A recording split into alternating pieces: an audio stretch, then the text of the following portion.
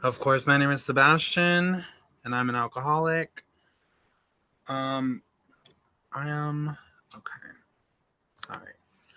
And so, thank you, Mimi. I love you bunches. Mwah. Um, so tonight I'm just gonna pretty much talk about how I got here real quick, not the long drawn out version. But basically, I I started my addiction whenever I was 10. That came from like a lot of sexual abuse, starting very early in my life, along with like physical, mental abuse, just like all of the terrible stuff as a kid. I never really had like, I did not grow up in a great environment. So for me to grow up and just be the person that I am even shocks me sometimes, because I know people who grew up in similar situations that didn't turn out like me. So I'm glad that I could be one of those people that, you know, made a happy person out of a sad life. But that happiness in my life didn't really start until I got into AA. And even after that, like I was happy, but not until recently have I really gotten into like, real true happiness. Um, but so I continued. Whenever I was 10, I started drinking, and then I moved on to doing weed when I was 13, harder drugs when I was 15. And by the time I was an adult, I was like, I was just doing all the drugs. Um, but alcohol was definitely the source of my addiction. If I couldn't find something, alcohol was always the thing that I went to, and alcohol was always the thing that like ruined most things in my life. Whether it was from my childhood and someone else, or if it was me, um, just pretty much putting toxic energy into environments like the only way I knew how. Um, and so when I got to a point where I was an adult and I could take care of myself, um, I wasn't really taking care of myself. I was taking care of myself, just not in the right ways. Um, I tried to go like the normal route, but of course, being gay in North Carolina was not always the easiest thing for me. Especially growing up with like a very masculine, toxic energy that was always around me, and most of that was my family. Um, so whenever I became into myself, I didn't make great decisions. I was getting high all the time. I was drinking all the time. Um, I couldn't keep a job because the only thing I wanted to do was drink and party, and I couldn't keep relationships or friendships or people in my life because I would always put alcohol or drugs over anything. Um, and so I never was really able to hold on to any true happiness. So around the time that I was 21, I became a stripper. Started working in clubs a lot. Um, so like I said earlier, I kept putting myself in toxic environments. Because that was all I knew. That was the only thing that I was so comfortable with all of the bad things that I had been through in my life that I just continued to like put myself in those situations, and not because it was what I knew, but it was more or less like that's what I thought I deserved. And I didn't think that I deserved to have a normal life. I didn't think that I deserved to have normal friends. And therefore, I didn't try. Um, but what I did try was anything I could to get high. Well, that's a lie because I'll get to this later. I did that. Okay.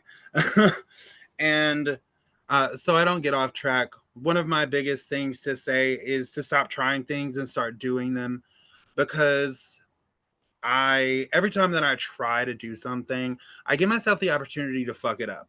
Like I am actively saying, "Oh, I'm going to try this," meaning, yeah, I'm going to try it, and then I'm going to get halfway through it and realize that I don't want to fucking do it, and then I'm going to give up. So that's why I always say to do things. Like, stop trying and start doing things, because when you don't give yourself the opportunity to not be able to do something, then you get shit done. And that's what's always worked for me, especially in my sobriety. Even before, but now that I've been able to like develop myself in more of a foundation, I definitely get things done. If I say I'm going to do something, or if I put my mind to something, I can definitely move it. Um, and that's pretty much going to be my topic tonight, is unity. Because I don't have to do these things anymore by myself. I have so many great people in my life, and that's just from going to meetings, um, realizing a solution, and fighting for that every day. Uh, I don't know where I would be if I wouldn't have, decided the path that I'm on right now. But I'm pretty sure I wouldn't be alive, and if I was, I would not be on a Zoom meeting. I'd be high somewhere. But I went through all of my escapades up until the age that I was 30, and I ended up making, some would say it's the worst decision I've ever made, and I honestly would say it's the best decision, because I fucked around and got arrested. And did that put me in a bad position? On paper, maybe. I was in jail for a year and a half. That definitely was not fun, definitely terrible, would not recommend it. But I learned so much about myself in that year and a half. And not only did I learn so much, God, my higher power, I'm calling it God, because that's what I'm comfortable with, intervened into my life. Uh Pretty much it was 2 months after, or a month and a half after I turned 30. Um December the 3rd, 2021 is my sobriety day. And that is the day that my whole entire life changed. That is the day that everything went from like fear and anger and hate and just like self-abuse, and it turned into something, or it began to turn into something amazing. And of course that first year and a half was really rough for me. I fucked around, I went to jail, and I checked a box and ended up in AA. Never did I think I was going to stick around and actually like get out of jail and end up in a meeting, and then be like a secretary and on a board and events chair and all of these things that I do in AA. Um, Never did I think that I was going to be helping someone else not drink or get high, because my life before was me helping someone get high or drink, especially myself. That's what unity was like for me before, but what unity like is like for me now is completely different, because when I got out of jail, I was like 170 pounds when I got arrested. A year and a half later, they let a bitch work in the kitchen, and I got fat. Okay. I got out weighing over 300 pounds, and both of my parents died while I was in jail. So that was really hard for me. And when I got out, I had absolutely nowhere to go. I had, I didn't have anybody. And the people that in my family that are alive either are too stubborn and suck up to ever help me, or just absolutely couldn't. So that put me in a really tight position. And when I say really tight position, I mean a size 4 jeans with a size 20 ass. And that's a literal statement. So the clothes that I was wearing when I got arrested was all I had when I got out of jail. I squeezed those clothes on. I could not button, zip, pull past my ass crack. I couldn't even pull my shirt down over my belly button. Terrified and vulnerable, I found myself to an AA meeting, in real life, because I had been going for a year and a half and I had decided to give myself a chance. And someone in that Zoom meeting had mentioned Serenity House, and that is now the clubhouse where my home group is. I also used to live in the woods there for about 2.5 months. When I got there, everybody saw me, and after living in the woods for about a week or two, people saw that I was real serious about my sobriety. But even before that, that first night, the people there welcomed me in so much that they gave me clothes, they fed me, they treated me like a person, and I didn't know how to feel about this. I didn't know I didn't know how to accept that. It was really hard for me to like reach an understanding of that. Um and moving into like that's where everything started to like really build into my life. I These people helped me get everything I needed in order to like get into a sober living. I graduated that sober living. I moved into an Oxford house. The sober living got me a really great job, and that has given me the opportunity to be present now in the service that I do.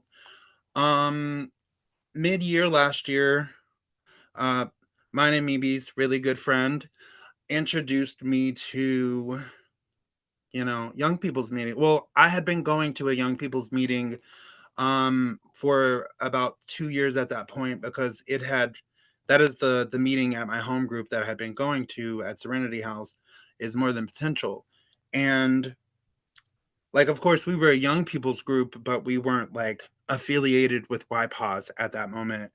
And when she came in and she started like talking about these things, and at first I wasn't really sure like about it, and I didn't understand it all, but when we started to actually like get into it and like doing the events and like going to YPAWS together, and just really getting into the experience, like, our friend group was really strong before we started this, but now it's 10 times stronger, and it gets bigger every day.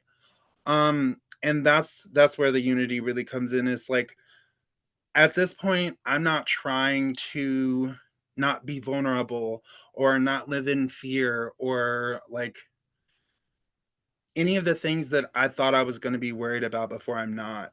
This is the first time in my life that I've genuinely been like extremely happy. Um I have things that people told me I would never get. I have things in my life that I told myself I would never have. And the biggest one of those things being like genuine friends. And not just from, okay, I got like 2 minutes or 1 minute, I'm wrapping it up. But not just from like Georgia now. I have friends from like all over, because traveling and being a part of, YPAWS and just young people getting sober has been a great thing for me. I know my time is almost up, but I think that's pretty much where I'm gonna stop, because I can really just ramble on. So thank you guys for having me. My topic is unity, and I'd love to hear what you guys have about it.